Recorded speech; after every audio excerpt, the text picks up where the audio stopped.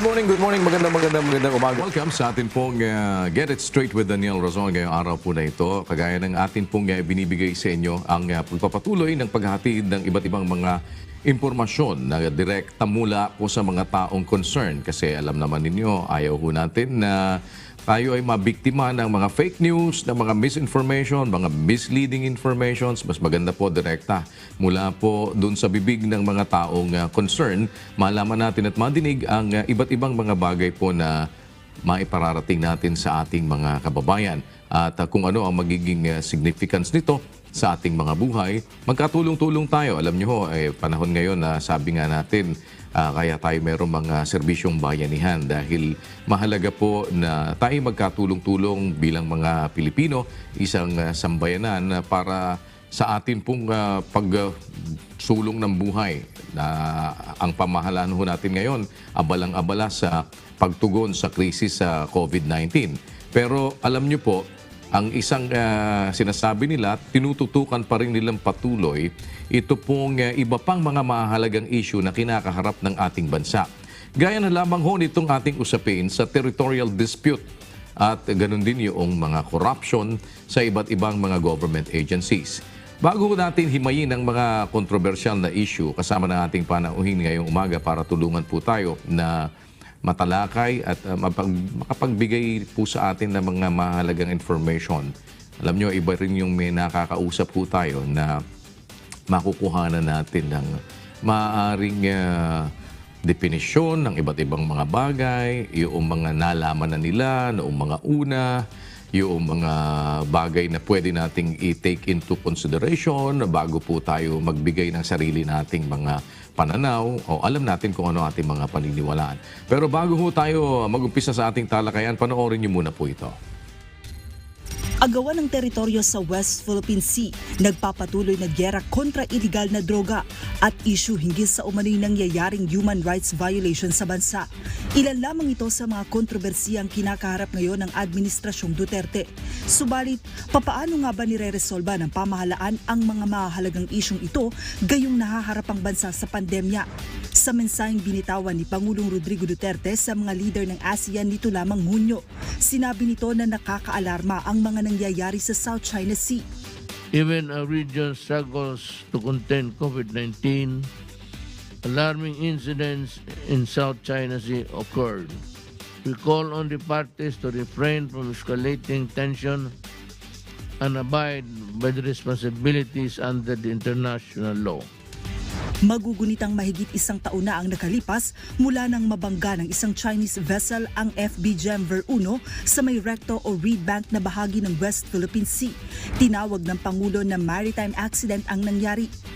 Nito namang Pebrero, tinutukan ng armas ng Chinese warship ang BRP Conrado Yap ng Philippine Navy habang nagpapatrolya malapit sa Rizal o Commodore Reef sa West Philippine Sea.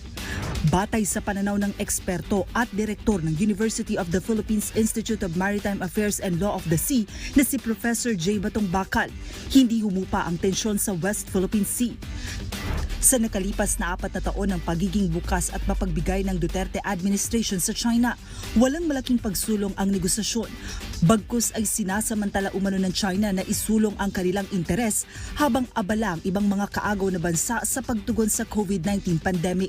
Tiniyak naman ni Defense Secretary Delfin Lorenzana, patuloy na gumagawa ng mga hakbang ang pamahalaan upang lalo pang protektahan ang teritoryo ng bansa.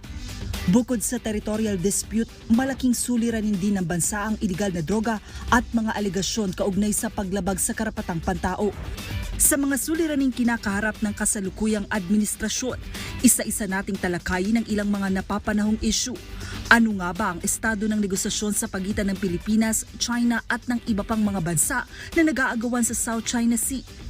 May mga kontrata nga ba ang Pilipinas sa mga Chinese firm na kabilang sa mga nagsasagawa ng militarisasyon at reklamasyon sa West Philippine Sea?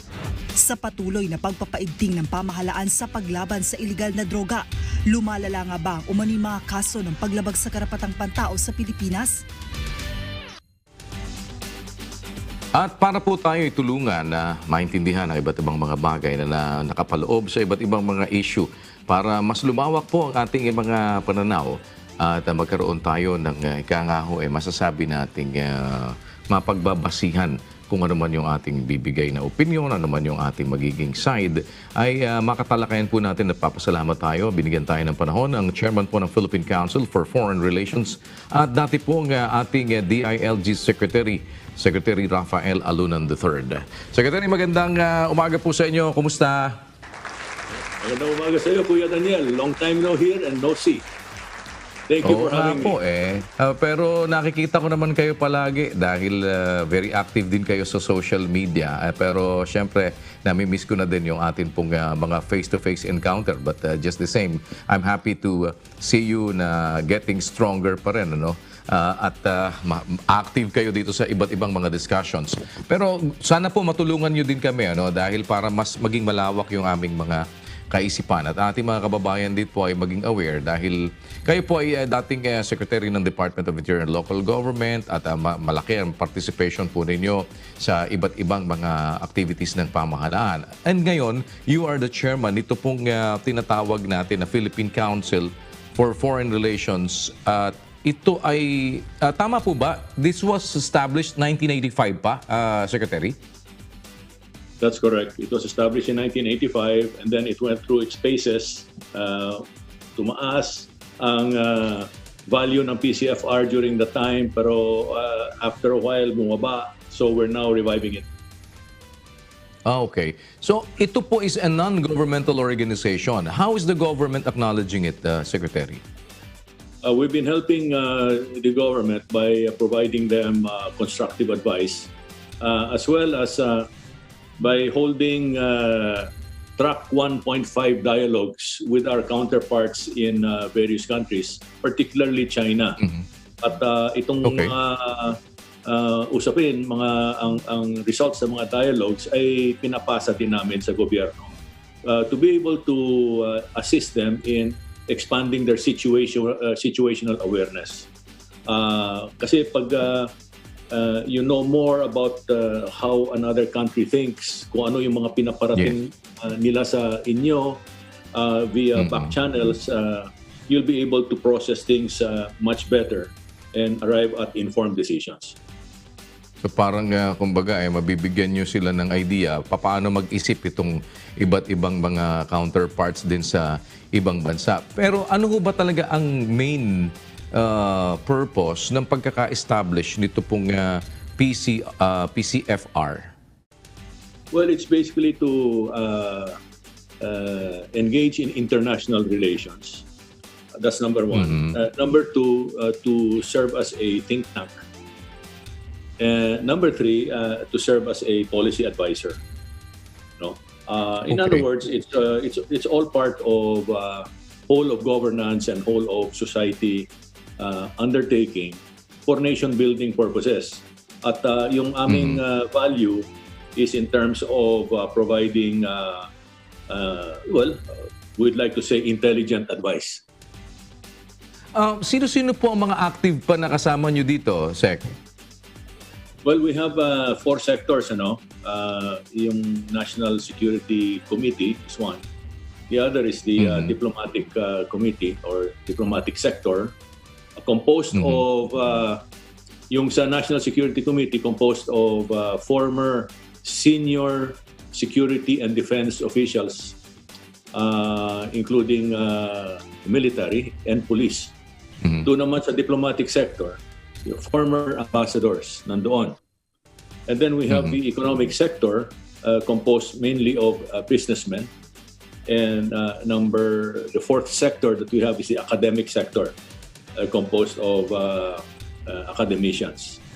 Yung board namin is mga 7 kami and they're drawn from the different sectors. Secretary, matagal na hong usapin itong West Philippine Sea, itong dispute natin with China. No? Ano ba ang advice na ibinigay ninyo sa gobyerno with regard to this, Secretary? Well, Kuya Daniel, my personal involvement began in August 2016. Noong binuo ni Presidente Duterte ang isang task force headed by former President Ramos to break the ice with China. And doon sa task force na yon, magkakasama kami ni ang kasalukuyan nating ambassador to China, Chito Santa Romana, at ang apo ni former President Ramos na si Samuel Alistair Jones. At ang ginawa namin doon sa Hong Kong to break the ice with China was to meet with two people that were well known to the President, to President Ramos. Dahil he was the chairman of BOAO, the BOAO Forum that was based in Hainan. At doon nakadestino si Dr. Wu Shichun, one of the guys we met in Hong Kong. As well as si Madame Fu Ying, who was once the ambassador of China to the Philippines. So kilala niya itong dalawa. So he was able to quickly establish lines of communication. At doon sa Hong Kong, binuo namin ang isang communique that is serving as the basis for our continued talks with China. Particularly yung counterpart namin ng PCFR na yung Chinese People's Institute for Foreign Affairs or si PIFA, which was founded 70 years ago by Chow Enlai. Itong track 1.5 dialogue consisting of former government officials and existing or current government officials from both sides engage in discussions that involve contentious issues. So for the past 5 years, we've been talking about the South China Sea issue. And hindi nagbabago yung posisyon namin. So talagang firm ang posisyon. Sa kanila, they insist on sovereignty, indisputable sovereignty over the entire South China Sea, or almost the entire South China Sea. Kami naman, at tayo, sa Pilipinas, we're insisting that they respect our sovereign rights in our exclusive economic zone. Sabi ko, sabi namin, doon tayo nagkakatalo.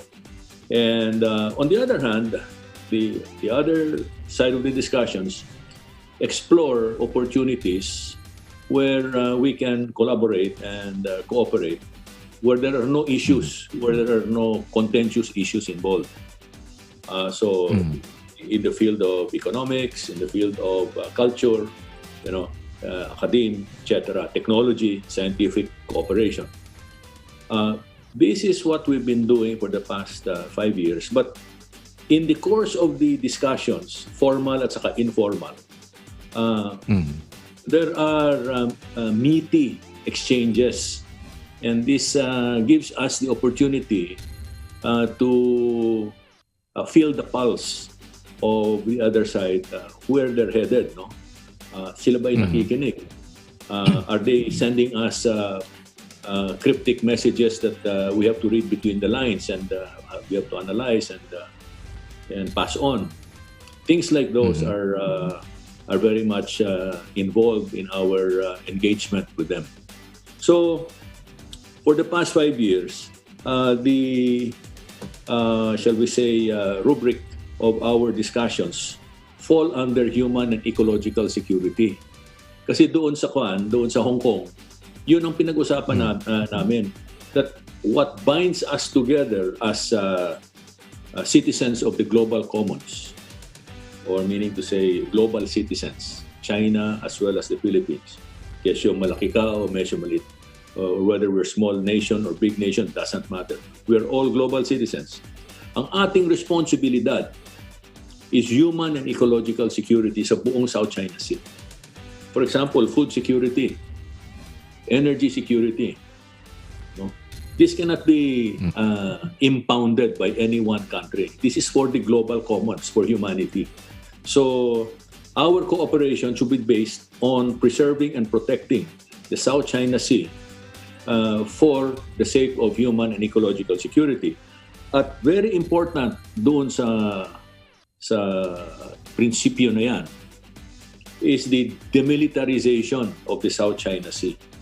Because how can you ensure human and ecological security if there is a confrontation at sea by big powers like China and the United States, or China and the smaller powers in ASEAN, we will never be able to secure the South China Sea for human and ecological purposes. No? So, when they ask for specifics, sabi namin, well, if you agree that the South China Sea is for human and ecological security, then it follows that we declare the entire South China Sea as a zone of peace, a zone for human and ecological security, in which case you have to demilitarize. There should be no form of militarization or presence of military in the South China Sea, except when it is used for humanitarian purposes, for safety of life at sea, or for crossing the sea to other nations and render humanitarian assistance and disaster response. So ito yung aming mantra every time we meet. But as we discuss these things on an annual basis, there are nuggets of information that we both gather and which are delivered to, I suppose, the higher-ups in government for them to process and see where we could further improve relations and improve our capacity for governance and statecraft. Yun. Ganyang ka-complicated yan, ganyang ka-sensitive ang sitwasyon. And it's a hands-on thing. Hindi pwede gawing autopilot itong mga usapin na ito. You have to be... Well, Secretary, kayo po kumbaga, so kumbaga pwede natin sabihin, nobody can say that you are wet behind the ears. For certain, kumbaga talagang your wisdom with regard especially in dealing with people sa mga ganitong sitwasyon. Nakikita nyo ba meron pang yung kaisipan ng China medyo meron pang direksyon na mas sway pa sila, or parang ito is hindi, eto kami, bahala kayo sa buhay nyo, kung kaya nyo kami, sige, banggain nyo kami, pero eto ang amin talaga, we'll take this. Parang walang dito, wala tong no buts, no ifs, walang dito, amin to, kami ang mananatili dito. Is that the kind of thinking that they have? Well, the sense that I get, Kuya Daniel, is that they will keep on talking to you and dribble the ball or freeze the ball. And we'll just go along with you. Basta talk, walang problema. Talk is cheap naman no?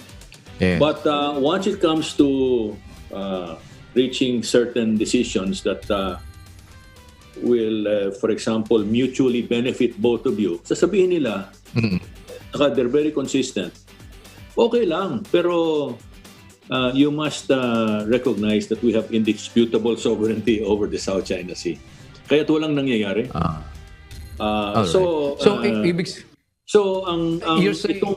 itong attitude na ito is not only experienced by us, which is why we brought them to the arbitral tribunal after so many years, no?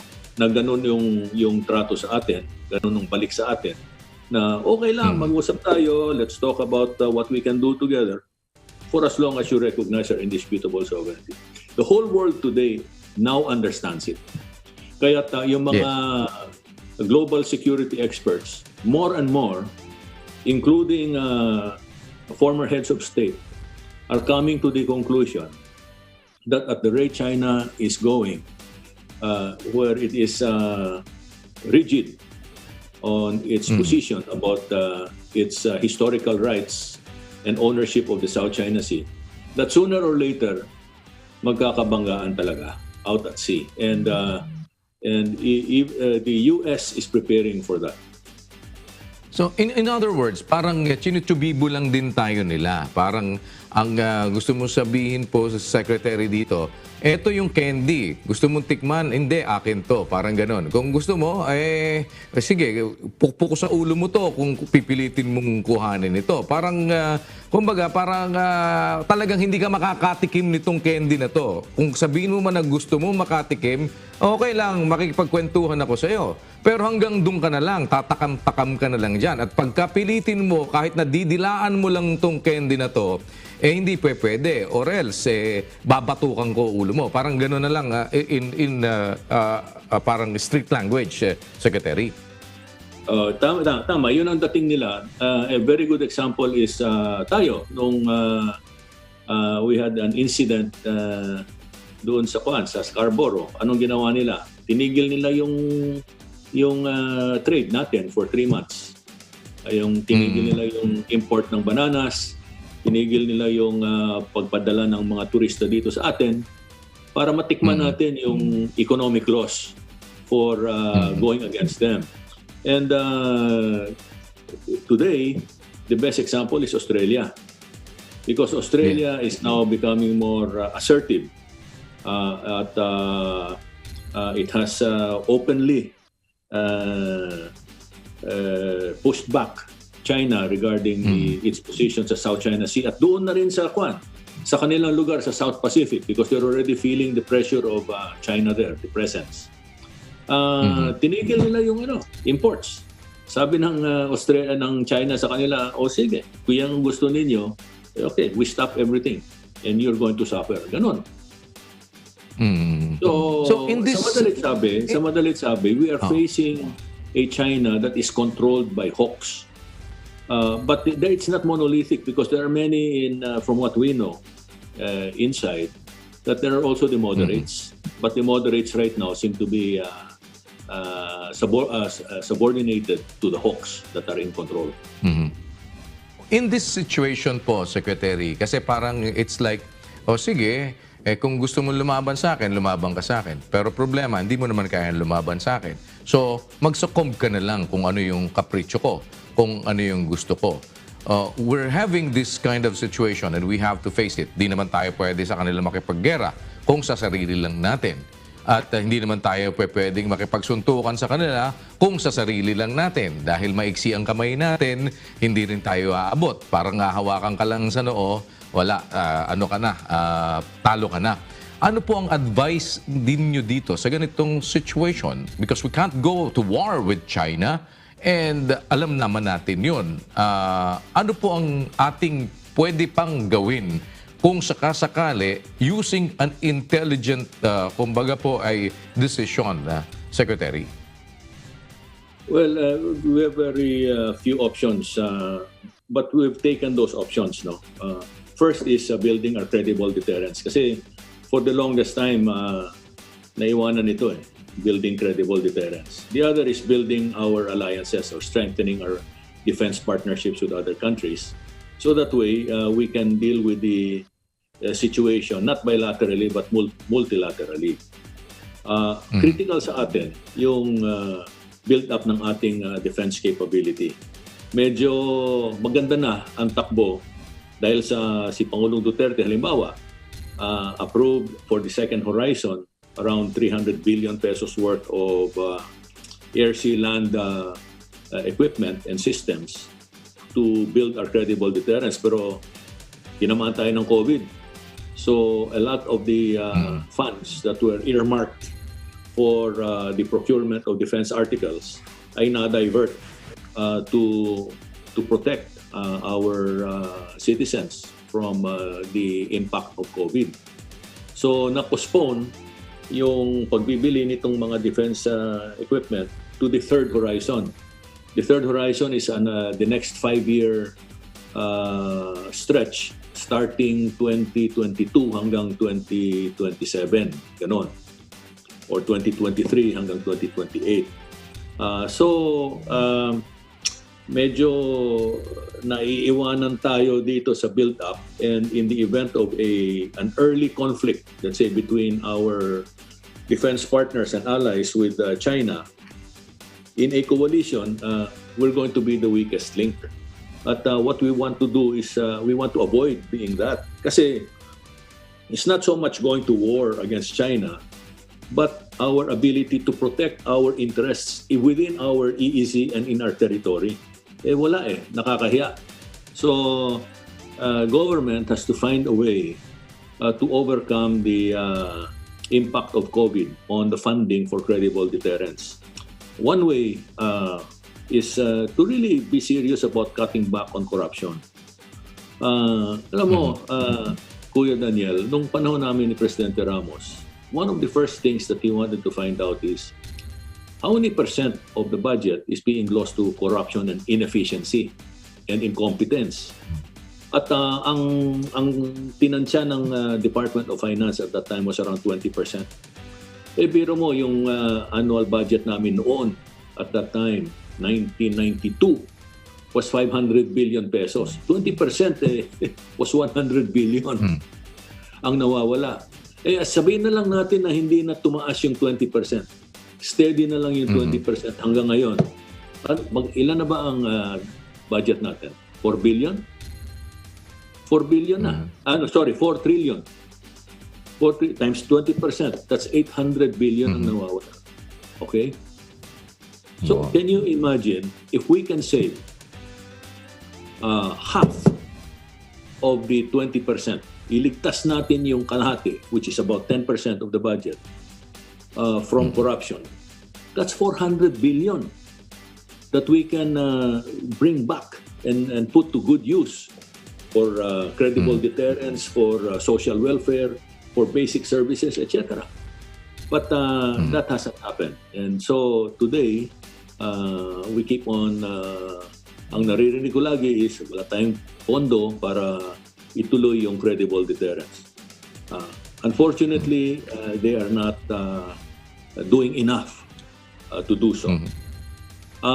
So in this the other thing, yes, in this situation po, parang ang laban na ba lang natin dito ngayon you can't beat them, join them. Ganun lang po ba yun? Hindi pa. Another point, Kuya, is yung kung darating sa labanan doon sa laot,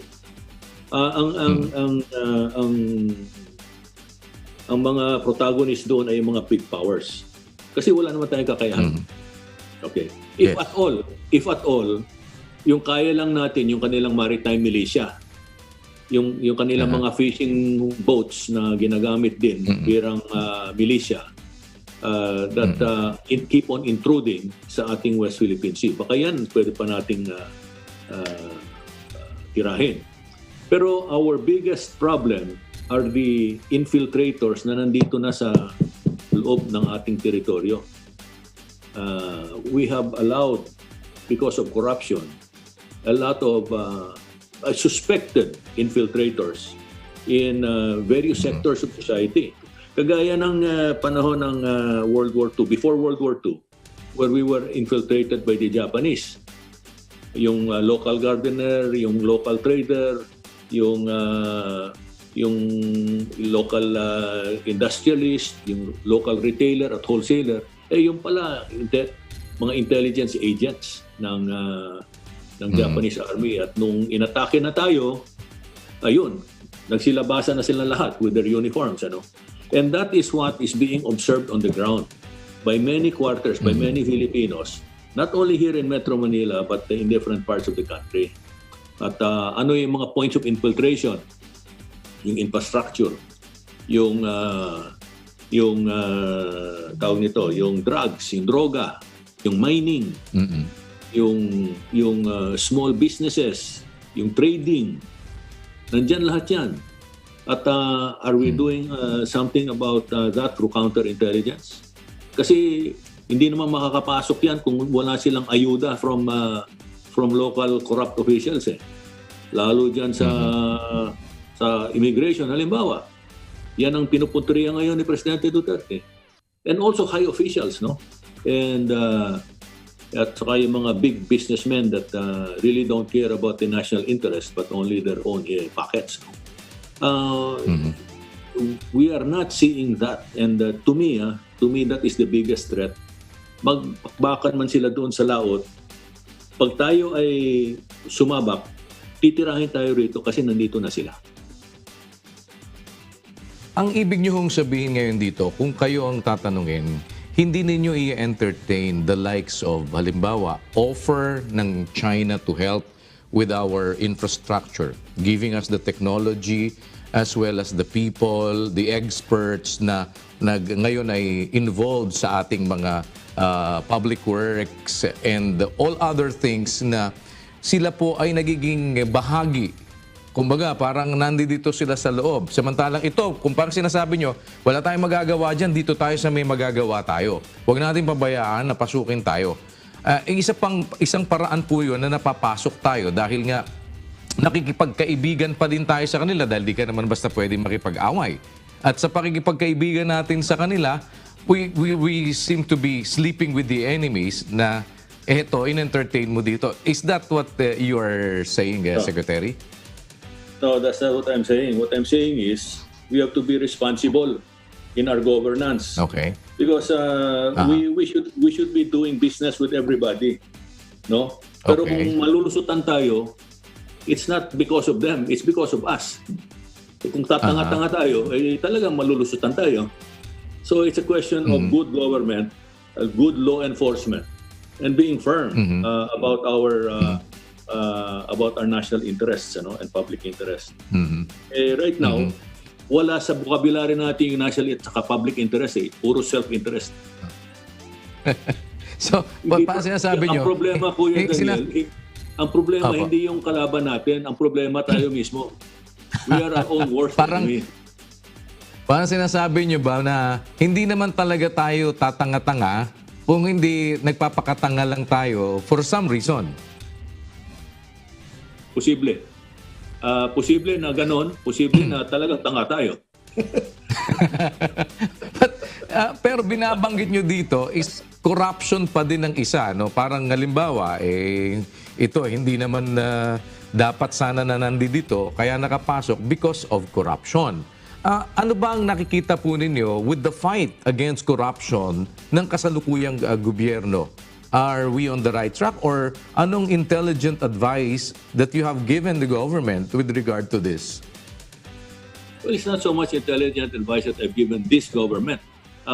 During the time of President Ramos, one of the first executive orders that he issued, after careful analysis of what's wrong with Philippine society, is yung executive order niya for moral recovery.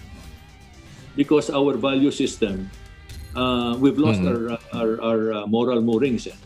Our value system has been shredded through time, and where self-interest subordinated national interest and public good and the common good. So, sabi niya, what's important is our mindset in our souls. Kasi that is what drives everything. We cannot keep on talking about anti-corruption if you're still corrupt. Di ba? Only people who are clean can really go after the corrupt. But the corrupt cannot go after the other corrupt because they're all in the same boat. Good example, the conduct of yung campaign against the corrupt. Sino ang gagamitin mo to enforce the law when you have not undertaken a house cleaning campaign muna? That is what we did during our time with President Ramos. We started the cleanup of the criminal justice system. Ang problema, we ran out of time. It should have been continued by succeeding administrations because this was a national campaign and policy. Pero hindi nasunod. Walang sustainability, walang continuity. That's the other problem that we have in our state of mind. Because of self-interest, wala tayong continuity mindset. So whatever the predecessor did, tabi muna yan. Ako muna yung gusto ko. And oftentimes yung gusto ay does not, hindi magkatugma sa common good at saka sa national interest. So, you have to change mindsets, and that's through moral recovery. Then, you have to have an honest-to-goodness house cleaning. house cleaning of all the institutions that harbor corrupt elements. Kasi if you're going to run after corruption and these guys are still there, ay magtutulungan lang naman yan. Simple lang naman yan. It's common sense. How's your relationship now with the president? Binanggit niyo ho ba yan sa kanya? Well, we haven't spoken to each other since the elections last year.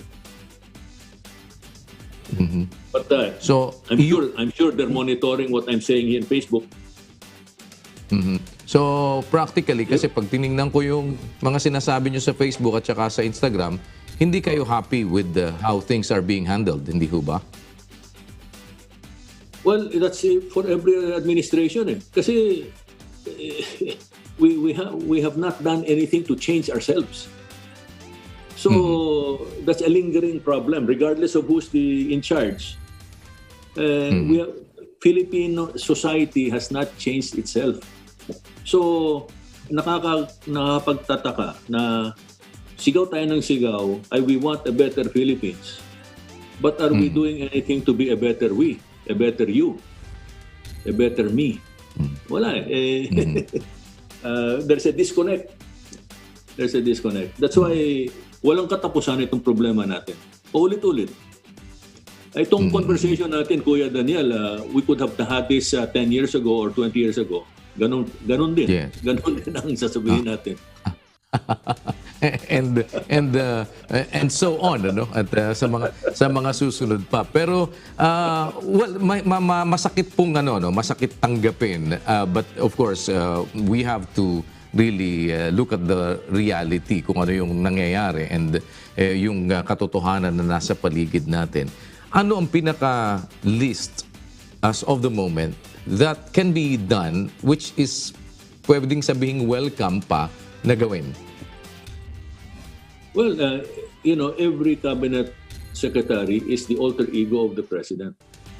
And the president, since day one, said that ayaw niya ng corruption, ayaw niya ng drugs. No?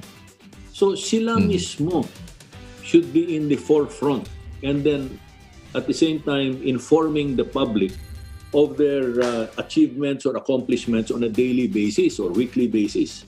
Para naman na ma-inspire yung tao na number one, we have a government that is working. Number two, nakikinig naman sa leader. At number three, may nangyayari.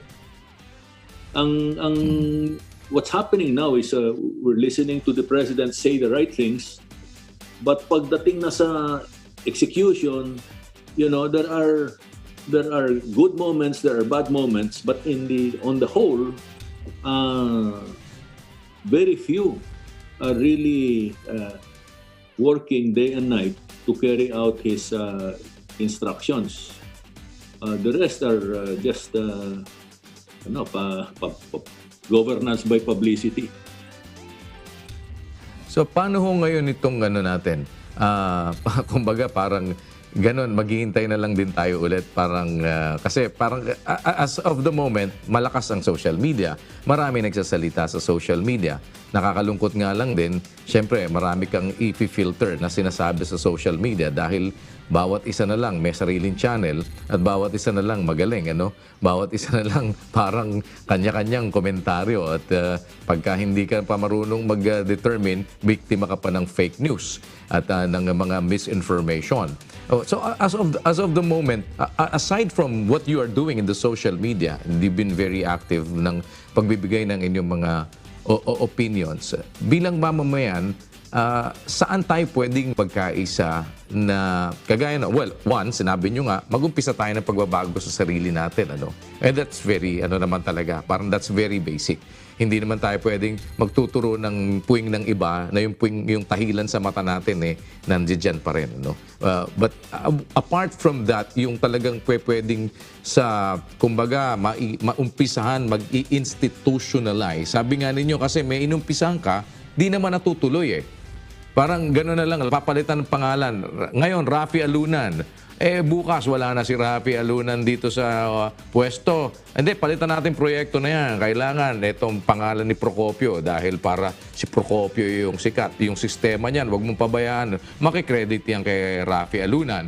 All of those, matagal na ho yan. Bata pa ho ako. Ngayon po lolo na ako at mag-dual citizen na rin. Ano? But just the same, kailangan natin pa rin mag-umpisa somewhere. Apart from dun sa sarili natin, saan pa tayo pwede na magtulong-tulong ng mga mamamayang Pilipino, Secretary? Kuya Daniel, sa akin, after 7 decades, I've come to realize na yung talagang kaya kong palitan or kaya kong makontrol o madirect ay ang aking pamilya. Apart from improving myself, making sure that my family is brought up the right way with the right values to become good citizens and to be of service to others. Yun lang naman Yun lang naman importante dyan. At if I keep on interfering or looking outside and not fixing what's inside, if I keep on criticizing others for not doing a good job, but I forget to be a good father, to be a good husband, to be a good role model in the community, baliwala yung sinasabi ko. So start at home, and that's the best. From at an early age, start at home and start with yourself. That's your best contribution to society. Well, that said, dati gusto nyo po na isulong yung criminal at juvenile justice system natin, ano? Ano pang nakikita ninyo ngayon dito at the present time, Secretary? Actually, ang tawag ko sa Pilipinas is a target-rich environment. There are so many things to fix, no? Halimbawa, kung ang tanong mo kung nasa pwesto ka sa gobyerno, ano ang ipapayo mo kay Presidente? Well, I will just tell him, please make sure that all of your departments are working. Make sure that lahat ng mga plano nila are synchronized. Yung kanilang mga objectives, yung kanilang mga long-term goals are synergized with your vision and your mission. Kasi ang nakikita mo ngayon sa gobyerno, watak-watak, kanya-kanya.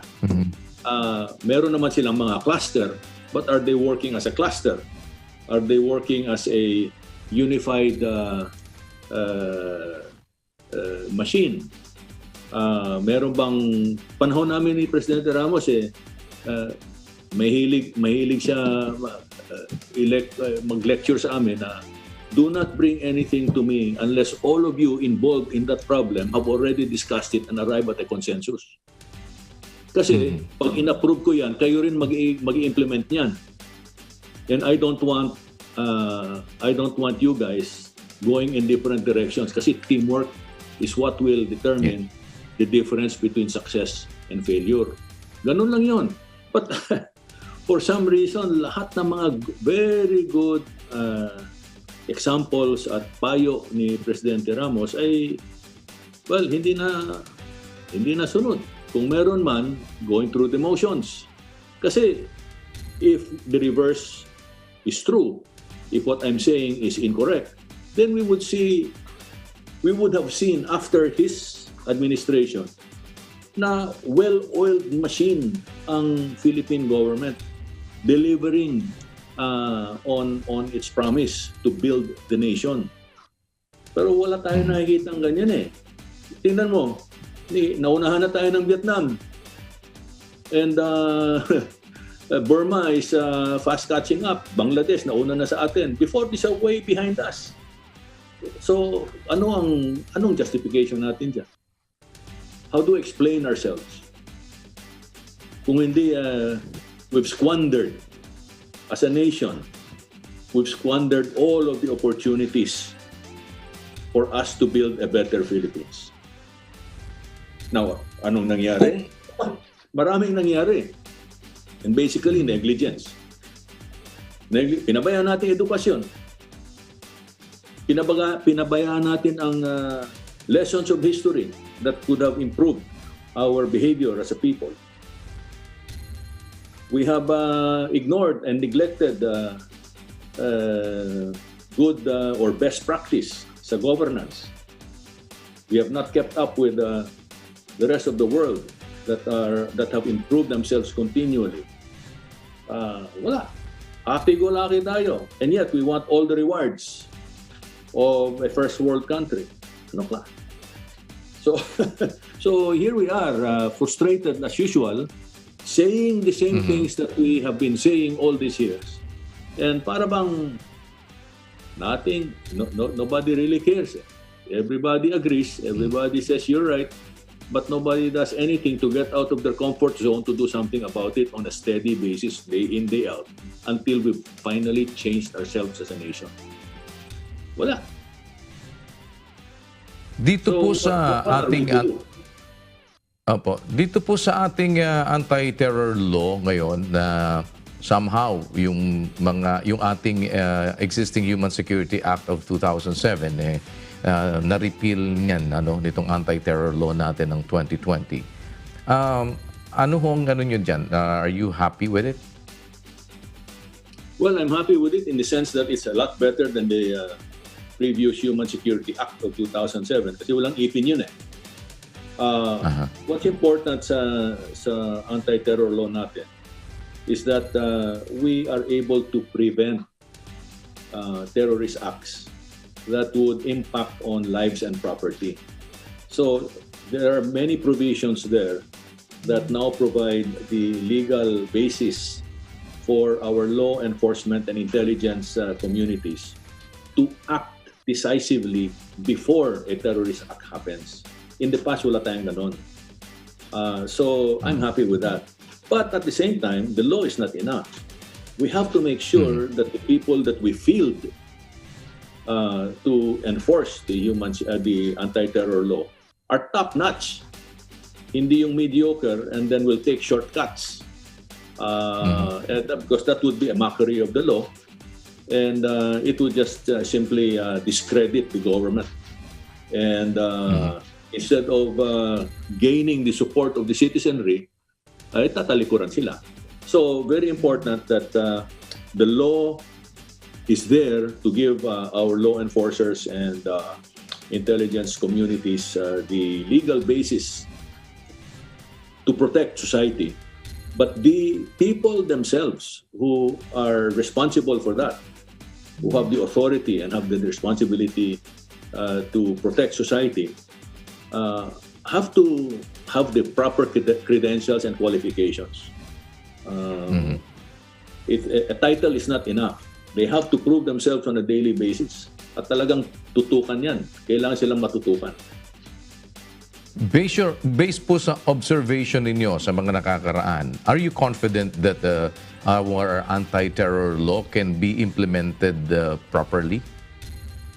Well, that's hypothetical. We'll see how that happens. What actually happens? It can go that way. It can be the reverse. No, it all depends. But it's hard to conclude based on a hypothesis.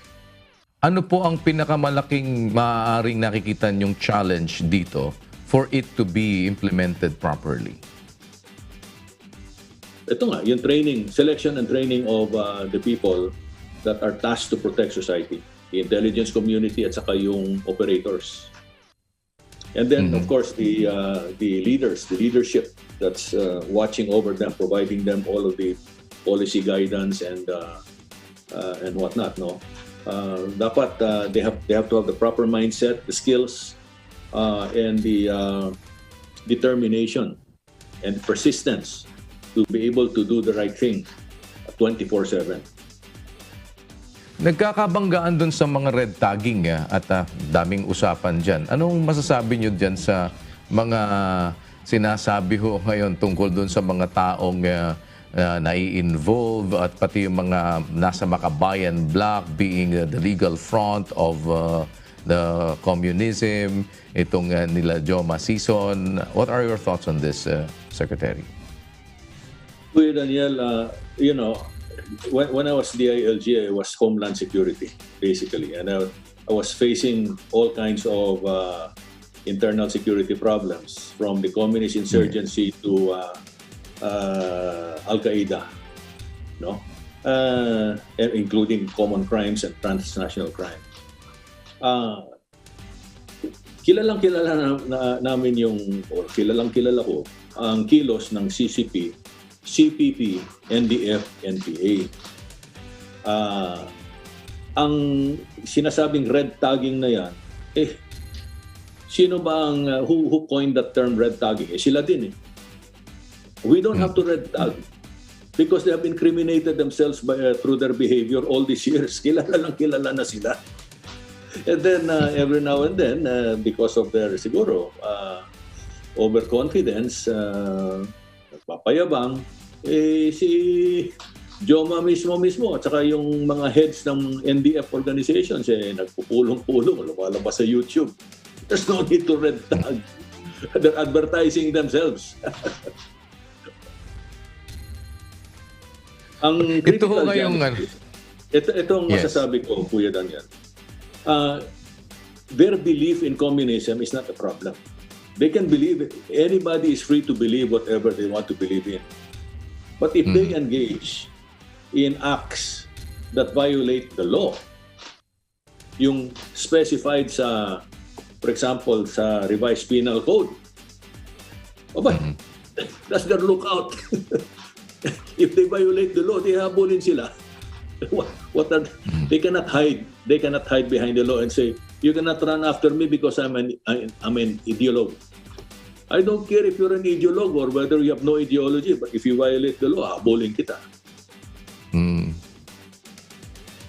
With the present problems po na naglipa na ngayon, lahat yan, meron pang pandemic tayong hinaharap, meron pa tayong ngayon ay bukod po dyan sa pandemic natin, calamities natin left and right.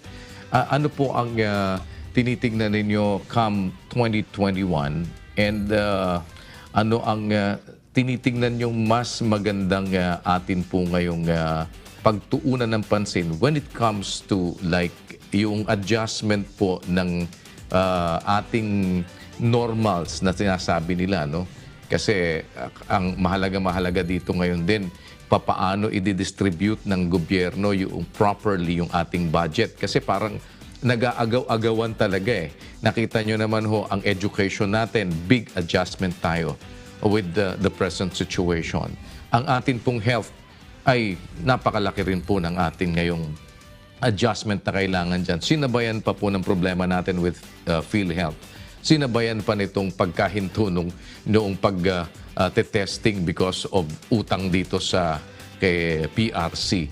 All of this, may pinag-uusapan ho ditong budget eh. Talagang hatakan po dito eh. Kung sa inyo pong obserbasyon yung tatanungin, saan ba tayo talaga dapat magbigay ng priority, Secretary?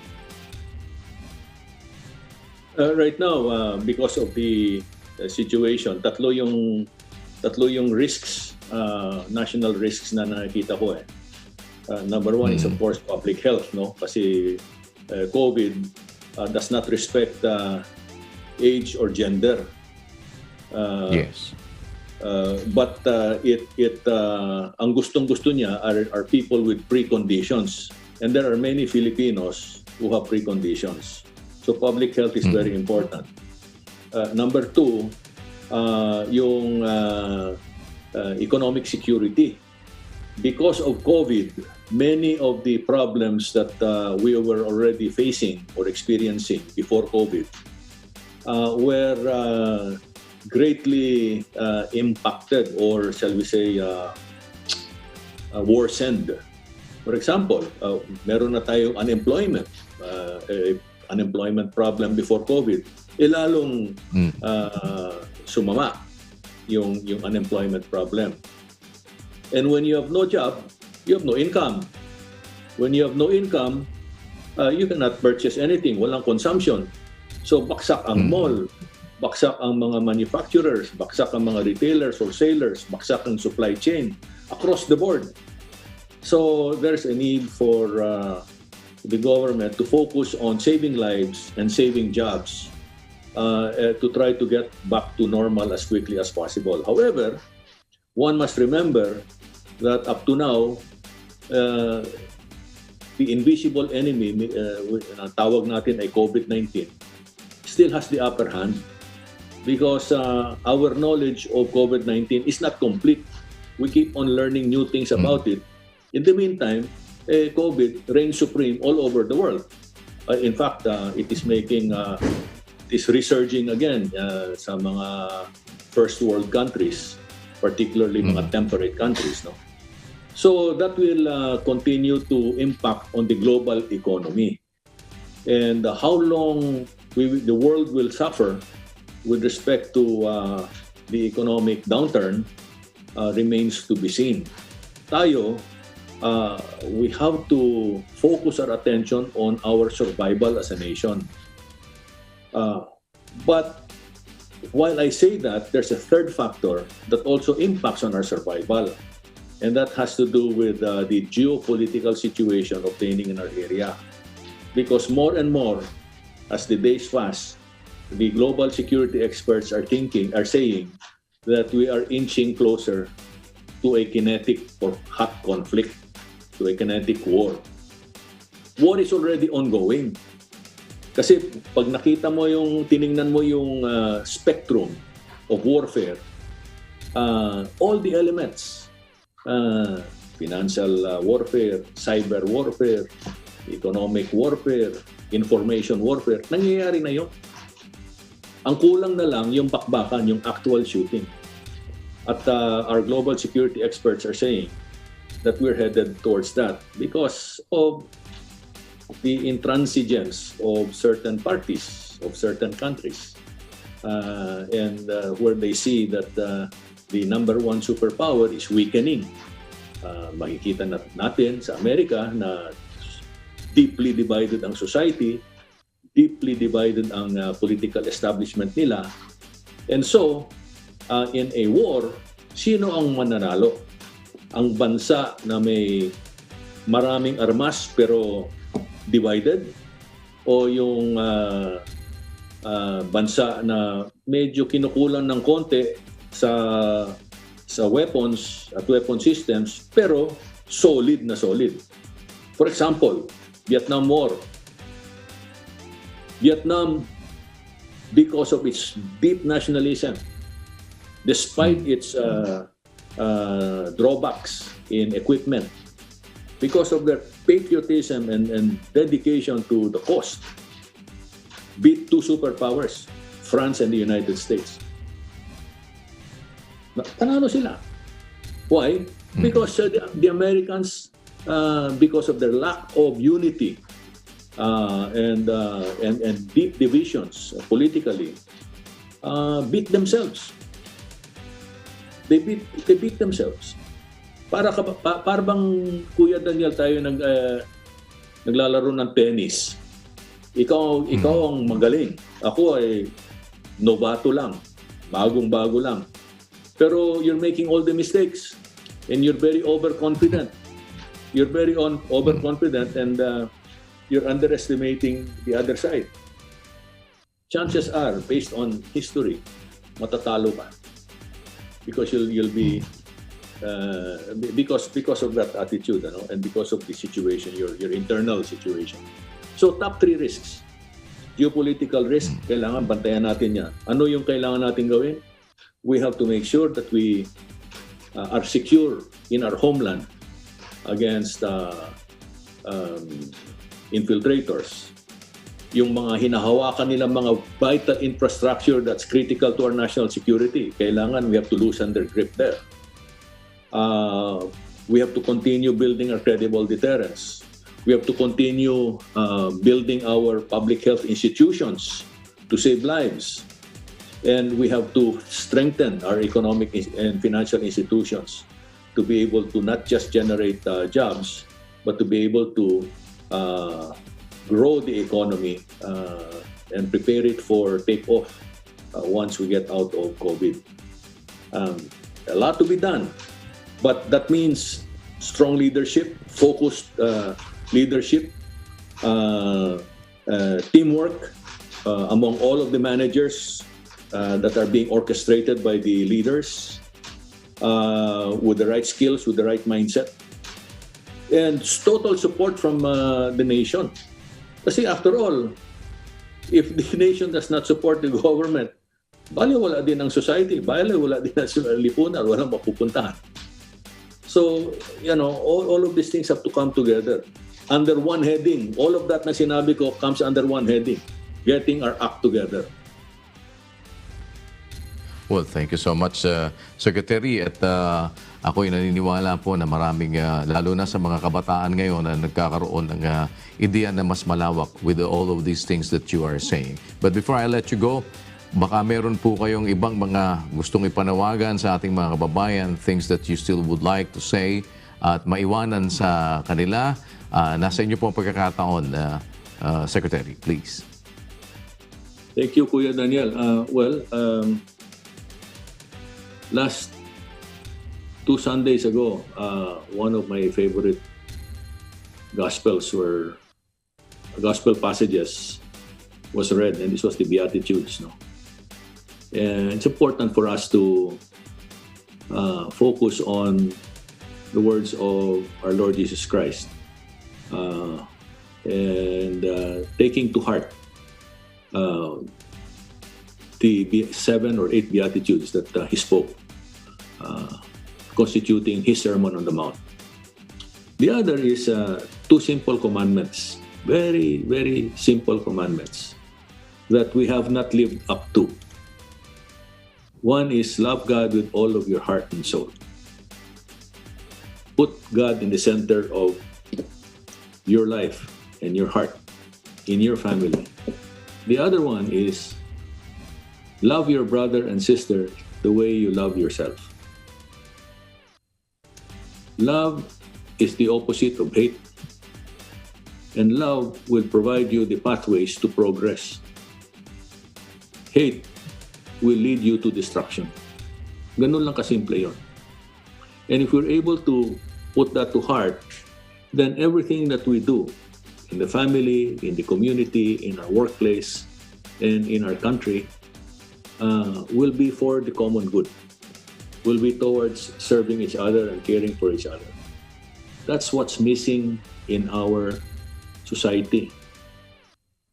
That's something that we need to reflect on and work together to reach that desired condition where we have a sense of brotherhood,